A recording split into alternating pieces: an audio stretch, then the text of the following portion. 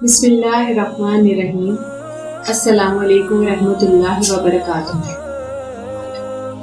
آج ہم ڈسکس کریں گے کہ نماز تہجد کا وقت کیا ہے، اس کی فضیلت کیا ہے، اس نماز میں کون سی صورتیں پڑھی جاتی ہیں، تہجد کی نماز کی نیت کیسے کی جاتی ہے، اور اس سے ریلیٹڈ بہت سارے مسائل جو ہم آپ کے ساتھ شیئر کرنے جا رہے ہیں۔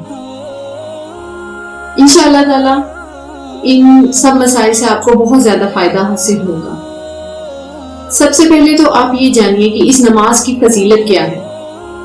نبی کریم صلی اللہ علیہ وآلہ وسلم نے فرمایا کہ 3 ایسے خوش وقت انسان ہیں کہ جن کے مال کو دیکھ کر اللہ تعالیٰ بہت زیادہ خوش ہوتا ہے۔ ارشاد ہوتا ہے، جو شخص رات کے وقت اٹھ کر تہجد کی نماز پڑھتا ہے، سب سے پہلے نمبر پر وہ ہے جو رات کے وقت اٹھ کر تہجد کی نماز پڑھتا ہے، اللہ تعالیٰ اس کی اس عمل سے بہت زیادہ خوش ہوتا ہے۔ دوسرے نمبر پر وہ لوگ ہیں جو نماز کے لیے صفیں باندھتے ہیں، اور تیسرے نمبر پر ارشاد فرمایا وہ لوگ ہیں جو میدان جنگ میں صفوں کو درست کرتے ہیں۔ یہ 3 ایسے خوش وقت انسان ہیں جن کے اعمال کو دیکھ کر اللہ تعالیٰ بہت زیادہ خوش ہوتا ہے۔ تہجد کی نماز جو ہے وہ رسول پاک صلی اللہ علیہ وآلہ وسلم ہمیشہ ادا کرتے تھے۔ اس کی فضیلت ہم یوں بھی سمجھ سکتے ہیں کہ فجر، ظہر، عصر، مغرب اور عشاء جو فرض نمازیں ہیں، ان فرض نمازوں کے بعد سب سے افضل نماز وہ تہجد کی نماز ہے۔ اس نماز کو ضرور پڑھا کریں، اس کا باقاعدہ اہتمام کیا کریں۔ اگر آپ کی زندگی میں کوئی مسئلہ ہے تو تہجد کی نماز پڑھ کر دعا کریں، انشاءاللہ تعالیٰ آپ کی وہ پریشانی چند ہی دنوں میں حل ہو جائے گی۔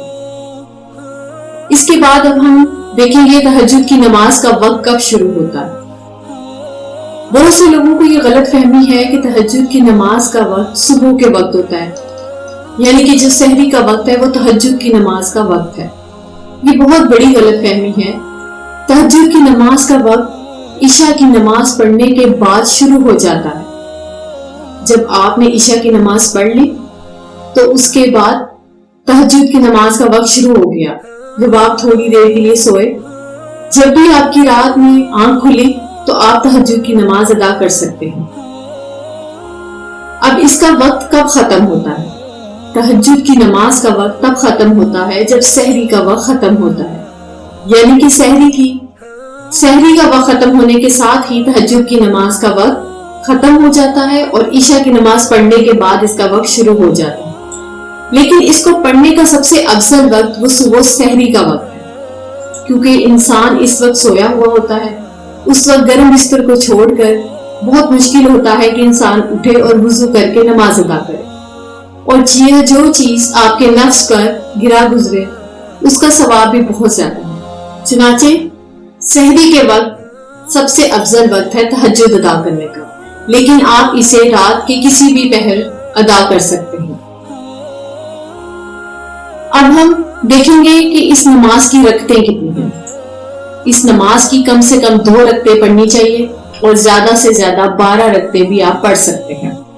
اگر وقت ہو تو کم سے کم 4 رکعت نماز ضرور ادا کریں، یعنی اگر آپ کے پاس صرف اتنا ہی وقت ہے کہ آپ 2 نوافل ادا کر سکتے ہیں تو آپ 2 ادا کریں، لیکن اگر آپ کے پاس اتنا وقت ہے کہ آپ 4 رکعت نوافل ادا کر سکتے ہیں تو کم سے کم 4 رکعت نماز ضرور ادا کریں۔